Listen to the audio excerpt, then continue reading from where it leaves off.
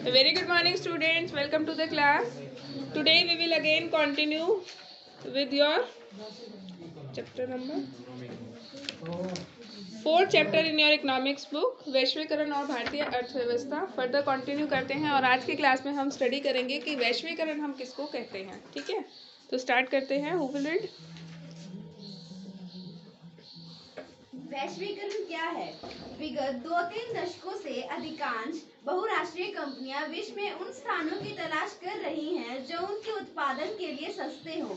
इन देशों में बहुराष्ट्रीय कंपनियों के निवेश में वृद्धि हो रही है. साथ ही विभिन्न देशों के बीच विदेश व्यापार में भी तीव्र वृद्धि हो रही है. विदेश व्यापार का एक बड़ा भाग बहुराष्ट्रीय कंपनियों द्वारा नियंत्रित है. जैसे भारत में फोर्ड मोटर्स का कार संयंत्र केवल भारत के लिए ही कारों का निर्माण नहीं करता, बल्कि वह अन्य विकासशील देशों को कारें और विश्व भर में अपने कारखानों के लिए कार पुर्जों का भी निर्यात करता है. अब यहाँ पे विकासशील देश आ गया. समझ, हमने डिस्कस कर लिया था कौन से होते विकासशील देश. ठीक है, तो अब क्या है, देखो, कॉस्ट कटिंग के लिए कंपनीज क्या करती हैं, अपने ही कंट्री में मैन्युफैक्चर ना करके वो ऐसे लोकेशन सर्च करती हैं जहाँ पे उनको कॉस्ट कम पड़े. ठीक है, तो फिर क्या करती है कंपनीज, वहाँ पे अपने सेटअप करती हैं. ठीक है, और उसके लिए उनको ज़रूरत किस चीज़ की होती है कि उस पर्टिकुलर कंट्री की जो गवर्नमेंट है, ठीक है, वो उसको ऐसी जो है फैसिलिटीज़ प्रोवाइड करे जो उसके बिजनेस के लिए सूटेबल हो. तो आज के टाइम में क्या है, ज़्यादा से ज़्यादा जो कंट्रीज़ है वो अट्रैक्ट करती है एमएनसी कंपनीज़ को. ठीक है, इतनी लिबरल पॉलिसीज़ बनाती हैं जिससे ज़्यादा से ज़्यादा जो एमएनसी कंपनीज़ है वो उनके देश में लोकेट हो, उनके देश में जो है अपने सेटअप लगाए. इससे फ़ायदा क्या होता है, लोकल होस्ट कंट्री को क्या फ़ायदा होता है, एम्प्लॉयमेंट जनरेशन होता है पहली चीज़. ठीक है, लोकली जो बिजनेस सेटअप होगा एम्प्लॉय तो आसपास के लोगों को भी करेगा ना. ठीक है, और दूसरी चीज़, जो उस कंपनी से जो टैक्स आएगा गवर्नमेंट के पास जाएगा. ठीक है, और ऊपर से जो वहाँ पे मैन्युफैक्चर होगी चीज़ों, वो एटलीस्ट उनकी कंट्री में कहीं ना कहीं उसकी कॉस्ट कम पड़ेगी उनको. ठीक है, तो ये सारे फायदे होते हैं जिसकी वजह से गवर्नमेंट भी चाहती है कि ज़्यादा एमएनसी कंपनीज उनके कंट्री में आके अपने बिजनेसेस को सेटअप करें. ठीक है, इसी प्रकार अधिकांश बहुराष्ट्रीय कंपनियों के क्रियाकलाप में वस्तु और सेवाओं का बड़े पैमाने पर व्यापार शामिल होता है. अधिक विदेश व्यापार और अधिक विदेशी निवेश के परिणाम स्वरूप विभिन्न देशों के बाजारों एवं उत्पादनों में एकीकरण हो रहा है. विभिन्न देशों के बीच परस्पर संबंध और तीव्र एकीकरण की प्रक्रिया ही वैश्वीकरण है. बहुराष्ट्रीय कंपनियां दोबारा पढ़ो उसको. विभिन्न देशों के बीच परस्पर संबंध और तीव्र एकीकरण की प्रक्रिया ही वैश्वीकरण है. ग्लोबलाइजेशन समझ रहे हैं आप, होता क्या है ग्लोबलाइजेशन. एकीकरण का क्या मतलब है, देखो, प्रोडक्शन भी वही हो रहा है और मार्केट भी वही है. ठीक है, अभी पहले क्या है, कंट्री अगर अपने देश में प्रोड्यूस करेगी तो फिर उसके बाद वो दूसरी कंट्रीज में उसको एक्सपोर्ट करेगी. अभी वो क्या कर रही है, दूसरी कंट्री में ही अपने सेटअप लगा रही है. तो वो कंट्री क्या है, उसकी यूनिट भी है जहाँ से पे वो प्रोडक्शन कर रही है, मैन्युफैक्चर कर रही है. सेम वही कंट्री उसका क्या है, मार्केट भी है. ठीक है, तो यहाँ पे क्या हो रहा है, दोनों चीज़ों का एकीकरण हो रहा है. इसी प्रोसेस को हम क्या कह रहे हैं, वैश्वीकरण कहते हैं. ठीक है, जहाँ पे हम सारे प्रोसेसेस को एक रूप दे देते हैं, उनका एकीकरण कर देते हैं. अलग अलग, जैसे पहले होता था कि एक कंट्री में ही प्रोडक्शन हो रहा है, रॉ मटेरियल चाहिए तो रॉ मटेरियल वहाँ जाता था. अभी क्या है, कंपनी खुद वहाँ पे जाती है जहाँ पे भी उसको रॉ मटेरियल सस्ता मिलता है, जहाँ पे भी उसको लेबर सस्ती मिलती है. ठीक है, और फिर मार्केट भी उसकी वही बन जाती है, सेल भी तो करेगी ना वहाँ प्रोड्यूस करके. ठीक है, बहुराष्ट्रीय कंपनियां वैश्वीकरण की प्रक्रिया में मुख्य भूमिका निभा रही हैं. विभिन्न देशों के बीच अधिक से अधिक वस्तुओं और सेवाओं निवेश और प्रौद्योगिकी का आदान प्रदान हो रहा है. विगत कुछ दशकों की तुलना में विश्व के अधिकांश भाग एक दूसरे के अपेक्षाकृत अधिक संपर्क में आए हैं.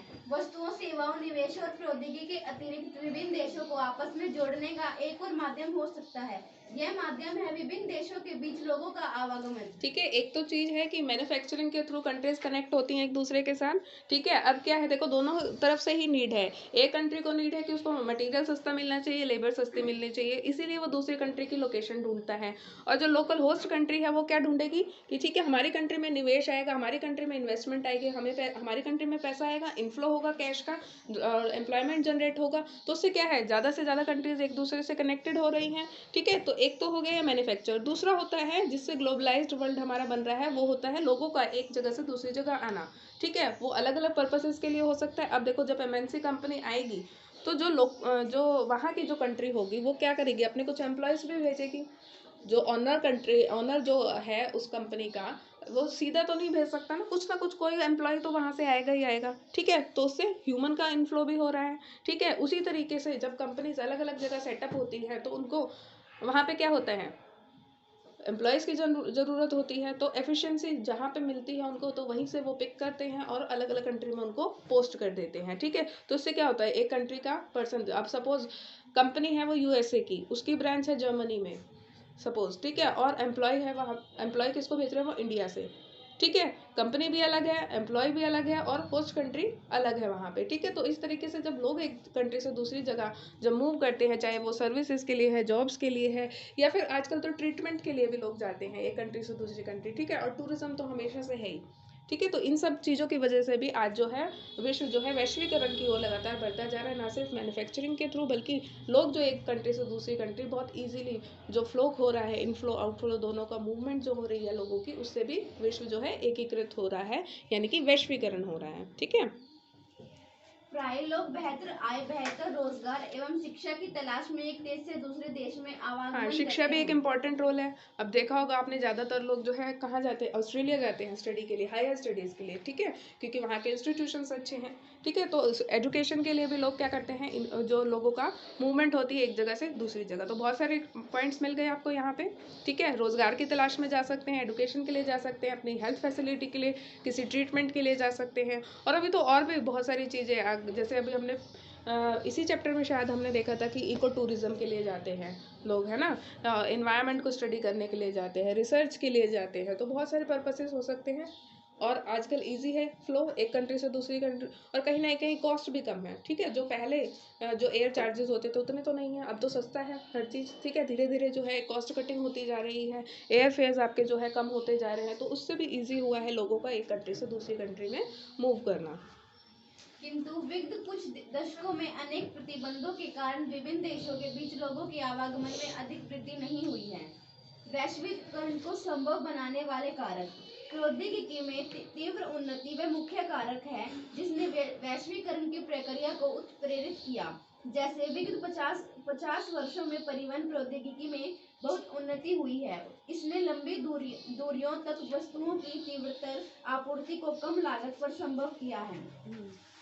इससे भी अधिक उल्लेखनीय है सूचना एवं संचार प्रौद्योगिकी का विकास। वर्तमान समय में दूरसंचार, कंप्यूटर, इंटरनेट के क्षेत्र में प्रौद्योगिकी द्रुत गति से परिवर्तित हो रही है। दूरसंचार सुविधाओं, टेलीग्राफ, टेलीफोन, मोबाइल फोन एवं फैक्स का विश्व भर में एक दूसरे से संपर्क करने, सूचनाओं को तत्काल प्राप्त करने और दूरवर्ती क्षेत्रों में से संवाद करने में प्रयोग किया जाता है। ये सुविधाएं संचार उपग्रहों द्वारा सुगम हुई हैं। जैसा कि आप जानते होंगे, जीवन के लगभग प्रत्येक क्षेत्र में कंप्यूटरों का प्रवेश हो गया है।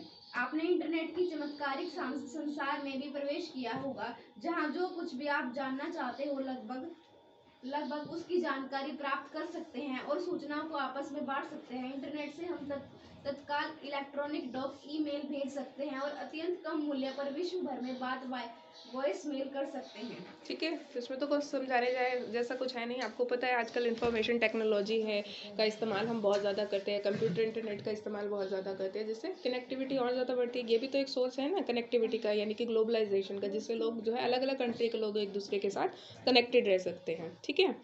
आगे टर्न करके पढ़ो।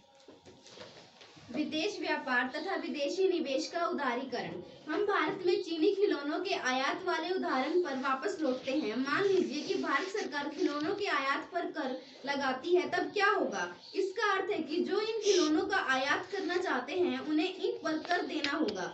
कर के कारण खरीदारों को आयातित खिलौने की अधिक कीमत चुकानी होगी। चीन के खिलौने अब भारत के बाजारों में इतने सस्ते नहीं रह जाएंगे और चीन से उसका आयात शुल्क कम हो जाएगा। भारत के खिलौने निर्माता अधिक समृद्ध हो जाएंगे। आयात पर कर व्यापार अवरोधक का एक उदाहरण है। इसे अवरोधक इसलिए कहा गया है क्योंकि यह कुछ प्रतिबंध लगाता है। सरकारें व्यापार अवरोधक का प्रयोग विदेश व्यापार में वृद्धि या कटौती नियमित करने और देश में किस प्रकार की वस्तुएं कितनी मात्रा में आयातित होनी चाहिए, यह निर्णय करने के लिए कर सकती अब है। आपको वो एग्जाम्पल याद आया जब इनिशियली भारत उपनिवेश था किसका, इंग्लैंड का, तो वहाँ के जो लोकल वहाँ के जो मर्चेंट्स थे उन्होंने क्या किया था, भारत का कपड़ा बहुत ज़्यादा वहाँ पे जब इम्पोर्ट हो रहा था तो उन्होंने क्या करवाया था, अपनी सरकार को क्या फोर्स किया था, टैक्स लगाने के लिए फोर्स किया था ना, ताकि भारत से आने वाला जो सामान है उस पर ज़्यादा टैक्स इम्पोज होगा।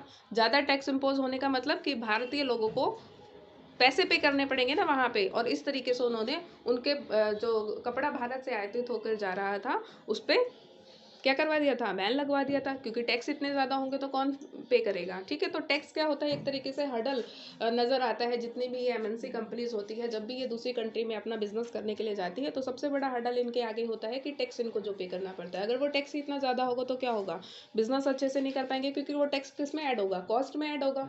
कॉस्ट में ऐड होगा दैट मीन्स उनका जो फाइनल प्रोडक्ट होगा वो ज़्यादा कॉस्ट में बिकेगा। अब उसकी कॉस्ट ही ज़्यादा होगी तो फिर कंपटीशन कैसे करेंगे ये फेस, क्योंकि मार्केट में जो दूसरी कंपनीज है, जो लोकल कंपनी होंगी, लोकल कंपनीज को फायदा पहुंचाने के लिए ही टैक्स ज़्यादा इम्पोज किया जाता है। क्योंकि देखो जो दूसरी एमएनसी कंपनी सपोज इंडिया में आई है उसके ऊपर सरकार ने ज़्यादा टैक्स लगाया क्योंकि वो फॉरेन कंपनी है, लोकल कंपनी के ऊपर तो वो टैक्स नहीं लगेगा। तो दैट मीन्स कॉस्ट जब निकालेंगे तो जो एमएनसी कंपनी होगी उसकी कॉस्ट ज़्यादा आएगी तो उसका प्रोडक्ट भी महंगा होगा, और जो लोकल होस्ट होगा, लोकल जो आपके मैन्युफैक्चरिंग होगी उनकी कॉस्ट कम होगी तो उनको फ़ायदा होगा कि वो लोकली अपने प्रोडक्ट को सेल कर सकती है। तो इस तरीके से एक सेफ गार्ड भी प्रोवाइड कराता है जो लोकल बिजनेस होते हैं उनको। ठीक है, सरकार का ये भी तो चाहेगी ना कि ठीक है एमएनसी कंपनी हमें टैक्स तो पे करे लेकिन हमारे जो लोकल मैन्युफैक्चरर है उनको भी तो हमें देखना है ना, उनको तो हम बिल्कुल पूरी तरीके से बंद नहीं करवा सकते। इसीलिए टैक्स को जो है as a tool government use करती है, और एज अ हर्डल जो एमएनसी कंपनी होती है वो इसको देखती है कि जितना ज़्यादा टैक्स होगा उतना ही वो उस कंट्री को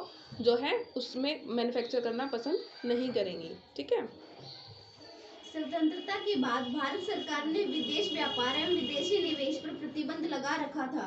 देश के उत्पादकों को विदेशी प्रतिस्पर्धा से संरक्षण प्रदान करने के लिए यह अनिवार्य माना गया। 1950 और 1960 के दशकों में उद्योगों का उदय हो रहा था और इस अवस्था में आयात से प्रतिस्पर्धा इन उद्योगों को बढ़ने नहीं देती। ठीक है, तो इनिशियली हमने भी ये स्टेप जो है अपनाया था जहाँ पे हमने क्या करा था, अपने लोकल बिजनेसेस को प्रमोट करने के लिए हम बाहर से जो है इम्पोर्ट्स नहीं करवाते थे बहुत ज़्यादा सामान का, ताकि हमारे जो लोग, क्योंकि स्वतंत्रता के बाद क्या था, देखो पहले ही मुश्किल हालात थे, लोगों को रोज़गार चाहिए था, लोगों को आगे बढ़ने के मौके चाहिए थे। अगर उसी टाइम हम इम्पोर्ट्स को अलाउ कर देते तो लोकल मैन्युफैक्चरर तो कभी ग्रो ही नहीं कर पाते, जो लोकल इंडिया के बिजनेसेस हैं वो तो कभी ग्रो ही नहीं कर पाते। ठीक है, तो इनिशियली हमने इन सब चीज़ों को बैन इसीलिए कर रखा था ताकि हम अपनी इकोनॉमी को पहले एटलीस्ट एक स्टेबल मोड पे लेके आ सकें। उसके बाद जब धीरे धीरे देखो जब हर कंट्री एक दूसरे पे डिपेंडेंट होने लगी तो इंडिया भी बहुत लंबे समय तक जो ट्रेड था उसको बैन नहीं कर सकता था दूसरी कंट्रीज़ के साथ, कहीं ना कहीं उसको भी ओपन करना था, क्योंकि नीड्स दोनों ही तरफ से होती है। जब ग्लोबलाइजेशन हर जगह का हो रहा है तो इंडिया कैसे अलग थलग रह सकता था, फिर तो हम एक क्लोज्ड इकोनॉमी बन जाते हैं। ठीक है, तो फिर धीरे धीरे ग्रेजुअली जब 90s का टाइम था तो हमने जीपीएल पॉलिसी अपनाई थी। ठीक है, ग्लोबलाइजेशन, प्राइवेटाइजेशन, लिबरलाइजेशन की पॉलिसी। ठीक है, इसके बाद बहुत ज़्यादा हमने जो है एफडीआई बाहर से आने जो है एक्सेप्ट करनी शुरू करी, एमएनसी कंपनीज को इंडिया में इंट्रोड्यूस करा, प्राइवेटाइजेशन बहुत हुआ, प्राइवेट बैंक्स बहुत ज़्यादा बने। ठीक है, लिबरलाइजेशन का मतलब क्या होता है कि जो पॉलिसी होती है गवर्नमेंट की, जो पॉलिसी थी वो इतनी लिबरल हो गई, लिबरल मतलब इतनी मतलब आसान हो गई ताकि जो बहुत अलग अलग जो कंपनीज हैं उनको टैक्स पे करना है या कोई भी कंडीशन फुलफिल करनी है वो इजी हो, और वो अपना इजीली अपना बिजनेस जो है भारत में सेटअप कर सके। इसको हम जीपीएल पॉलिसी कहते हैं, भारत ने जो 90s में अपनाई थी। ठीक है, ग्लोबलाइजेशन, प्राइवेटाइजेशन, लिबरलाइजेशन पॉलिसी। ठीक है, किसी भी एग्जाम्पल में आप इसको कोट कर सकते हो कि भारत ने जब ये पॉलिसी अपनाई उसके बाद उदारीकरण की नीति, जिसको हम हिंदी में बोलेंगे, उदारीकरण की नीति के बाद ही जो है और ज़्यादा जो एमएनसी कंपनीज थी वो इंडिया में अट्रैक्ट हुई थी। प्राइवेटाइजेशन हुआ था, प्राइवेटाइजेशन होगा तभी तो प्राइवेट प्लेयर्स आएंगे ना। हर चीज़ पे अगर गवर्नमेंट का होल्ड होगा तो लोगों के पास कोई स्कोप ही नहीं होगा अपना बिजनेस सेटअप करने के लिए। जब हम प्राइवेटाइजेशन करेंगे तो उसी के बाद तो प्राइवेट बैंक्स आए लाइमलाइट में। ठीक है, प्राइवेट बैंकों का अस्तित्व आया, प्राइवेट बैंक कितना ज़्यादा आज ग्रो कर रहे हैं ये आपको बताने की ज़रूरत नहीं, कितने सारे बैंक्स हैं आपके आसपास। ठीक है, तो जब जीपीएल पॉलिसी इंडिया में अपनाई गई थी उसके बाद ही जो है एक उदारीकरण की नीति हमने शुरू करी थी, और ज़्यादा इन्वेस्टर्स को अट्रैक्ट किया था, और ज़्यादा एमएनसी कंपनीज को हमने इंडिया में अट्रैक्ट किया था। ठीक है, इसलिए भारत ने केवल अनिवार्य चीजों जैसे मशीनरी, उर्वरक और पेट्रोलियम के आयात की ही अनुमति दी। ध्यान दीजिए कि सभी विकसित देशों ने विकास के प्रारंभिक चरणों में घरेलू उत्पादकों और विभिन्न तरीकों से संरक्षण दिया है। ब्रिटेन का भी एग्जाम्पल हमने पढ़ा था, ब्रिटेन ने भी दिया था ना अपने घरेलू उद्योगों को संरक्षण कैसे दिया था कि बाहर से आने वाली चीज़ों पे ज़्यादा टैक्स इम्पोज किया था ताकि जो दूसरे देशों की कंपनी है वो यहाँ भारत में मतलब दूसरी कंट्रीज़ में अपना माल बेच ही ना पाए। ठीक है, तो इनिशियली हर कंट्री ने ये स्टेप उठाए थे कि वो अपने लोकल प्रोड्यूसर्स को, अपने लोकल मैन्युफैक्चरर्स को एक संरक्षण देना चाहती थी। ठीक है, भारत में करीब सन 1991 के प्रारंभ से नीतियों में कुछ दूरगामी परिवर्तन किए गए। सरकार ने यह निश्चय किया कि भारतीय उत्पादकों के लिए विश्व के उत्पादकों से प्रतिस्पर्धा करने का समय आ गया है। अब ये वही चीज़ है जो अभी मैंने आपको समझाई है, जहाँ हमने जीपीएल की पॉलिसी अपनाई थी 90s में। ठीक है, 1991 में ही यह महसूस किया गया कि प्रतिस्पर्धा से देश में उत्पादकों के प्रदर्शन में सुधार होगा क्योंकि उन्हें अपनी गुणवत्ता में सुधार करना होगा। इस निर्णय का प्रभावशाली अंतर्राष्ट्रीय संगठनों ने समर्थन किया। अतः विदेश व्यापार एवं विदेशी निवेश पर यह अवरोधों को काफी हद तक हटा दिया गया। इसका अर्थ है कि वस्तुओं का आयात निर्यात सुगमता से किया जा सकता था और विदेशी कंपनियां यहाँ अपने कार्यालय और कारखाने स्थापित कर सकती थी। सरकार द्वारा अवरोधों अथवा प्रतिबंधों को हटाने की प्रक्रिया उदारीकरण के नाम से जानी जाती है। ठीक है, इसको अंडरलाइन कर लो। उदारीकरण की नीति क्या है, लिबरलाइजेशन पॉलिसी क्या है, जहाँ पे हमने अपनी पॉलिसीज को, सरकार ने अपनी पॉलिसी को लिबरल कर दिया। लिबरल मतलब आसान बना दिया ताकि जो कंपनीज हैं वो भारत में इन्वेस्ट कर सकें। ठीक है, अपना सेटअप लगा सकें। व्यापार के उदारीकरण से व्यवसायियों को मुक्त रूप से निर्णय लेने की अनुमति मिली है कि वे क्या आयात या निर्यात करना चाहते हैं। सरकार पहले की तुलना में कम नियंत्रण करती है और इसलिए उसे अधिक उदार कहा जाता है। अच्छा, इसका फायदा भी क्या होता है, देखो पहले कंपटीशन कम होता है तो जो मैन्युफैक्चरर होते हैं वो बहुत ज़्यादा क्वालिटी पे ध्यान नहीं देते क्योंकि उनको पता होता है बहुत ज़्यादा कंपटीशन उनसे है नहीं, कस्टमर को खरीदना है तो वो हमसे ही खरीदेगा। लेकिन जब लिबरलाइजेशन पॉलिसी कोई भी कंट्री अपना लेती है या बहुत ज़्यादा जब वो एमएनसी कंपनी को अट्रैक्ट करती है, बाहर का निवेश अट्रैक्ट करती है, तो क्या होता है, लोकल जो मैन्युफैक्चरर होते हैं उनको भी पता होता है कि अब बाहर से भी हमें कंपटीशन फेस करना है। तो उस कंपटीशन के चक्कर में क्या होता है, लोग अपने प्रोडक्ट की क्वालिटी को इम्प्रूव करते हैं क्योंकि जब एक लेवल आ जाता है जहाँ प्राइजेस सबको सेम रखने हैं।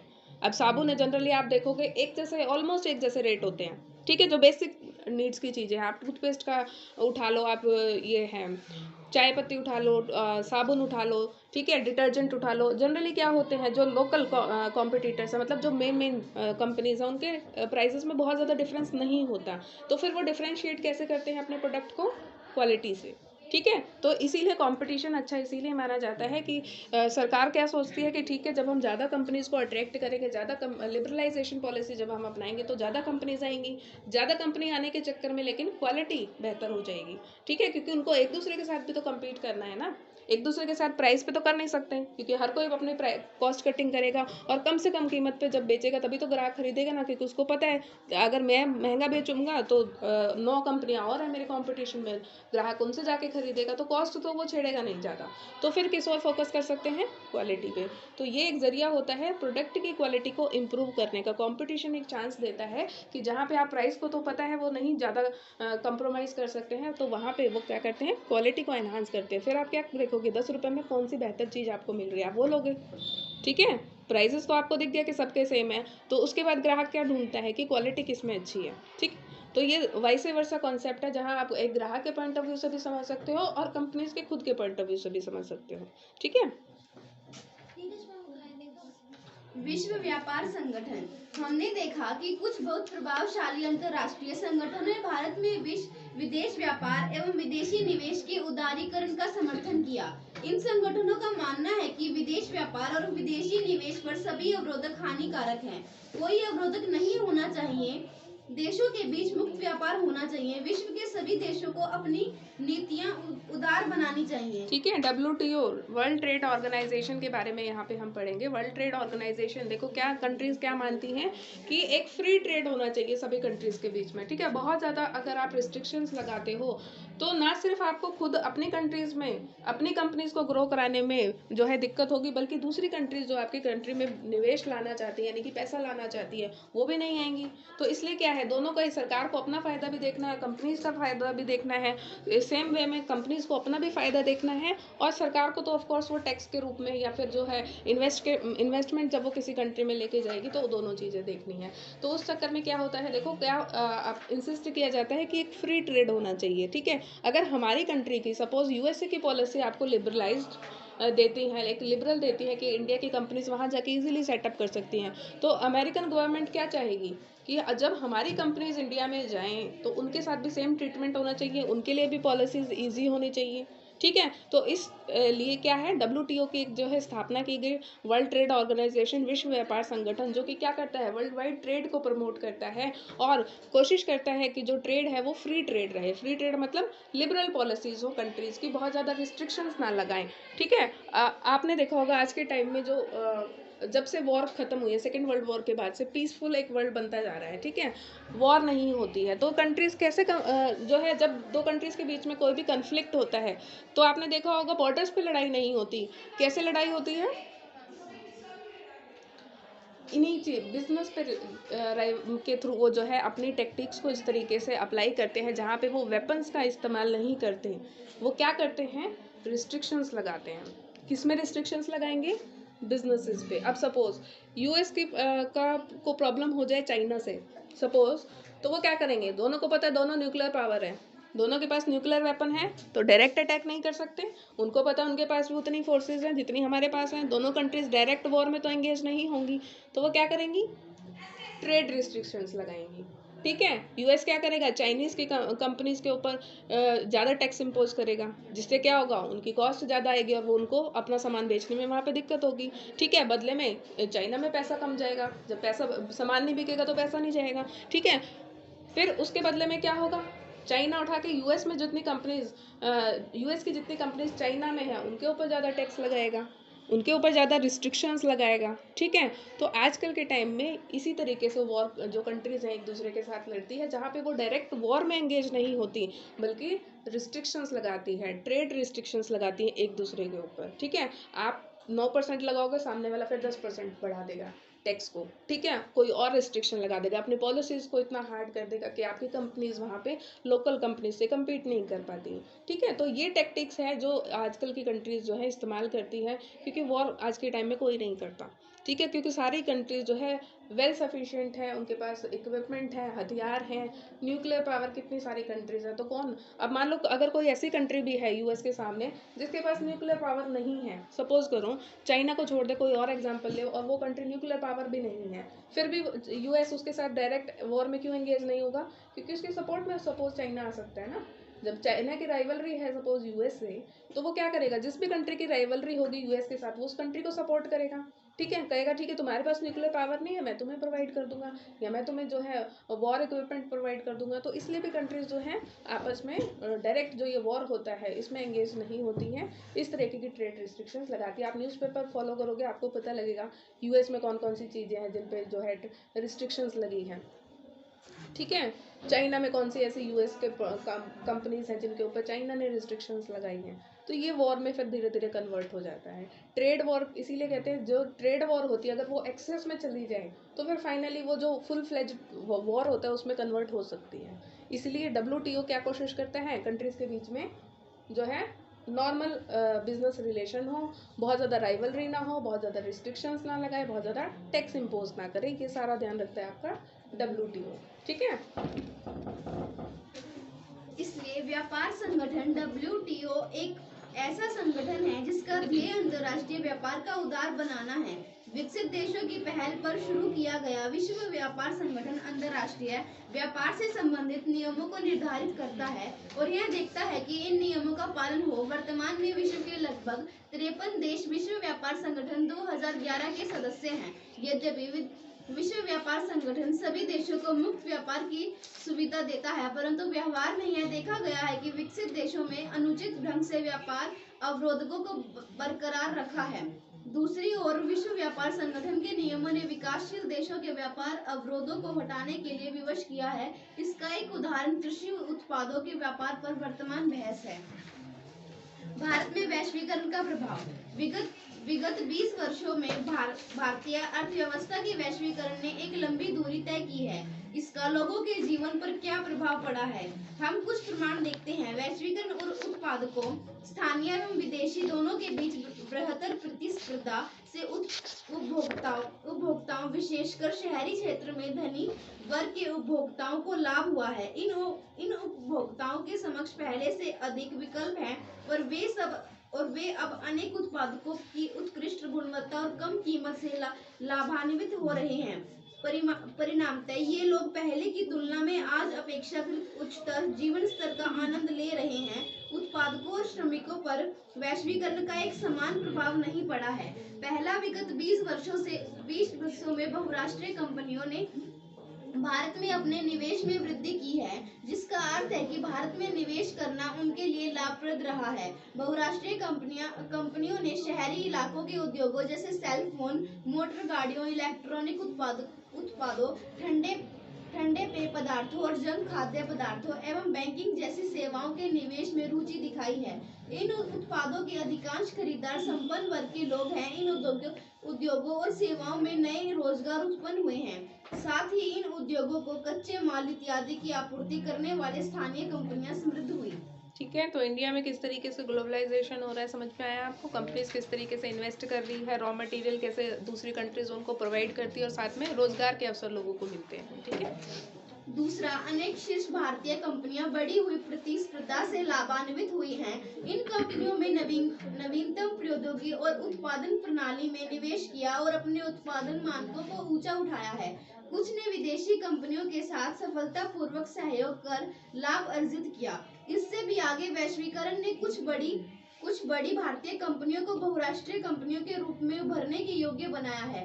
टाटा मोटर्स मोटर गाड़ियां, इन्फोसिस आईटी, रैनबैक्सी दवाइयां, एशियन पेंट, सुंदरम फार्म्स, नट और बोल्ट कुछ ऐसी भारतीय कंपनियां हैं जो विश्व स्तर पर अपने क्रियाकलापों का प्रसार कर रही हैं। वैश्वीकरण ने सेवा प्रदाता कंपनियों, विशेषकर सूचना और संचार प्रौद्योगिकी वाली कंपनियों के लिए नए अवसरों का सृजन किया है। भारतीय कंपनी द्वारा लंदन स्थित कंपनी के लिए पत्रिका का प्रकाशन और कॉल सेंटर इसके उदाहरण हैं। इसके अतिरिक्त आंकड़ा प्रविष्टि, डाटा एंट्री, लेखाकरण, प्रशासनिक कार्य, इंजीनियरिंग जैसी कई सेवाएं भारत जैसे देशों में अब सस्ते में उपलब्ध हैं और विकसित देशों को निर्यात की जाती हैं।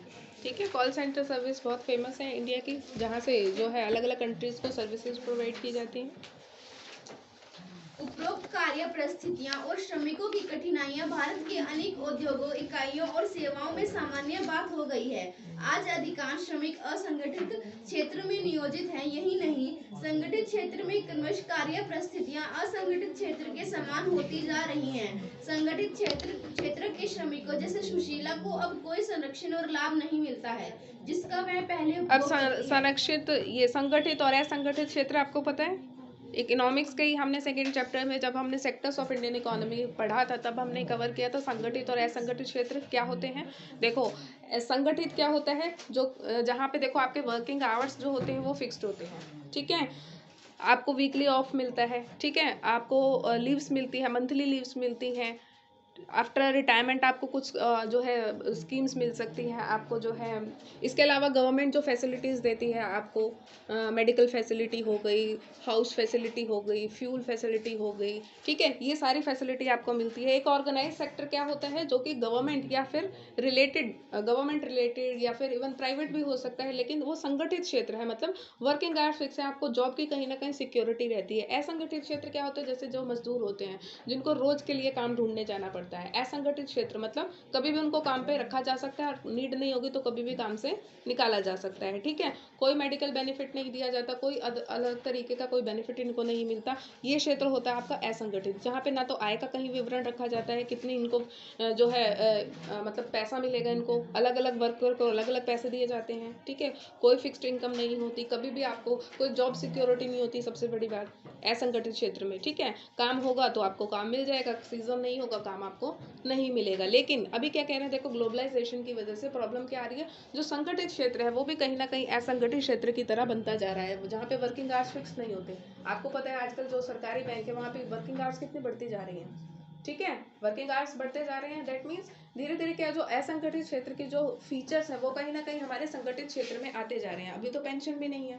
ठीक है। पहले सबसे बड़ी सिक्योरिटी क्या होती थी, संगठित क्षेत्र में काम करने की, लोगों को पेंशन मिलती थी, ठीक है। अभी वो चीज़ नहीं है, तो लोगों को अपने आफ्टर रिटायरमेंट प्लान्स भी देखने पड़ते हैं कि किस तरीके से उनको उस समय पे सर्वाइव करना है जब वो जॉब नहीं कर रहे होंगे, ठीक। वर्किंग आवर्स जो हैं अभी फिक्स्ड नहीं रह गए हैं। इवन गवर्नमेंट जॉब्स में भी आपसे एक्सपेक्ट कर लिया जाता है कभी कभी कि आप वर्क से ज़्यादा काम करेंगे। वो अलग बात है कि आपको ज़्यादा कंपनसेट कर दिया जाता है। असंगठित क्षेत्रों में क्या होता है, ज़्यादातर उनको कंपनसेट भी नहीं किया जाता। 10 की बजाय अगर 12 घंटे काम कर रहे हैं तो बहुत मिनिमम सा उनको जो है थोड़ा सा बढ़ा के पैसे उनको दे दिए जाते हैं, अदरवाइज वो भी नहीं दिए जाते। तो संगठित और असंगठित क्षेत्र में ये डिफरेंस होता है कि एक मेन डिफरेंस यही है कि एक जॉब सिक्योरिटी संगठित क्षेत्र में होगी, जॉब इनसिक्योरिटी रहती है आपकी असंगठित क्षेत्र में, ठीक। न्याय संगत वैश्वीकरण के लिए संघर्ष। उपयुक्त प्रमाण यह संकेत करते हैं कि वैश्वीकरण सभी के लिए लाभप्रद नहीं है। शिक्षित, कुशल और संपन्न लोगों ने वैश्वीकरण से मिले नए अवसरों का सर्वोत्तम उपयोग किया है। दूसरी ओर अनेक लोगों को लाभ में हिस्सा नहीं मिला है। क्योंकि वैश्वीकरण अब एक सच्चाई है, तो वैश्वीकरण को अधिक न्याय संगत कैसे बनाया जा सकता है। न्याय संगत वैश्वीकरण सभी के लिए अवसर प्रदान करेगा और यह सुनिश्चित भी करेगा कि वैश्वीकरण के लाभों में सबकी बेहतर हिस्सेदारी हो। सरकार इसे संभव बनाने में महत्वपूर्ण भूमिका निभा सकती है। इसकी नीतियों को केवल धनी और प्रभावशाली लोगों को ही नहीं बल्कि देश के सभी लोगों के हितों को संरक्षण करना चाहिए। आपने सरकार द्वारा किए जाने वाले कुछ उपायों के बारे में पढ़ा है, जिससे सरकार यह सुनिश्चित कर सकती है कि श्रमिक कानूनों का उचित कार्यान्वयन हो और श्रमिकों को अपने अधिकार मिले। यह छोटे उत्पादकों को कार्य निष्पादन में सुधार के लिए ये उस समय तक मदद कर सकती है जब तक वे प्रतिस्पर्धा के लिए सक्षम न हो जाएं। यदि जरूरी हुआ तो सरकार व्यापार और निवेश अवरोधकों का उपयोग कर सकती है। यह न्याय संगत नियमों के लिए विशेष व्यापार संगठन से समझौते भी कर सकती है। विश्व व्यापार संगठन में विकसित देशों के वृत्तियों के विरुद्ध समान हितों वाले विकासशील देशों को मिलकर लड़ना होगा। विगत कुछ वर्षों में बड़े अभियानों और जन संगठनों के प्रतिनिधियों ने विश्व व्यापार संगठन के व्यापार और निवेश से संबंधित महत्वपूर्ण निर्णयों को प्रभावित किया है। यह प्रदर्शित करता है कि जनता भी न्याय संगत वैश्वीकरण के संघर्ष में महत्वपूर्ण भूमिका निभा सकती है। ठीक है। तो ग्लोबलाइजेशन का जो देखो हर चीज़ में होता है बेनिफिट, हर सेक्टर को तो नहीं मिल सकता सोसाइटी के, ठीक है, हर सेक्शन को तो नहीं मिलेगा। तो कोशिश गवर्नमेंट कर सकती है कि जैसे जो छोटे बिजनेसेस हैं उनको इनिशियली जब वो सेटअप होते हैं तो उनको कोई फाइनेंशियल एड प्रोवाइड करे, बाकी कंपटीशन से प्रोटेक्ट करे, ठीक है। उसी तरीके से जो बड़े एम्प्लॉयर्स हैं, ठीक है, वो ऐसे लोगों का भी ध्यान रखे जो मजदूर वर्ग हैं, उनकी ज़रूरतों का भी ध्यान दें। तो WTO के साथ सहयोग कर सकता है और जो वर्किंग कंडीशन है उनको इम्प्रूव कर सकता है। तो मतलब एक जो हमारा वैश्वीकरण हो रहा है इसमें सरकार इंपॉर्टेंट रोल प्ले कर सकती है कि सभी सेक्टर्स को जो है, सभी सेक्शन जो भी इन्वॉल्व है इस वैश्वीकरण की प्रोसेस में, मैन्युफैक्चरिंग हो गई, सर्विस हो गई, इसमें सभी लोगों को एक जैसे बेनिफिट्स दिए जा सकें, ठीक है। तो चैप्टर कंप्लीट है यहाँ पे।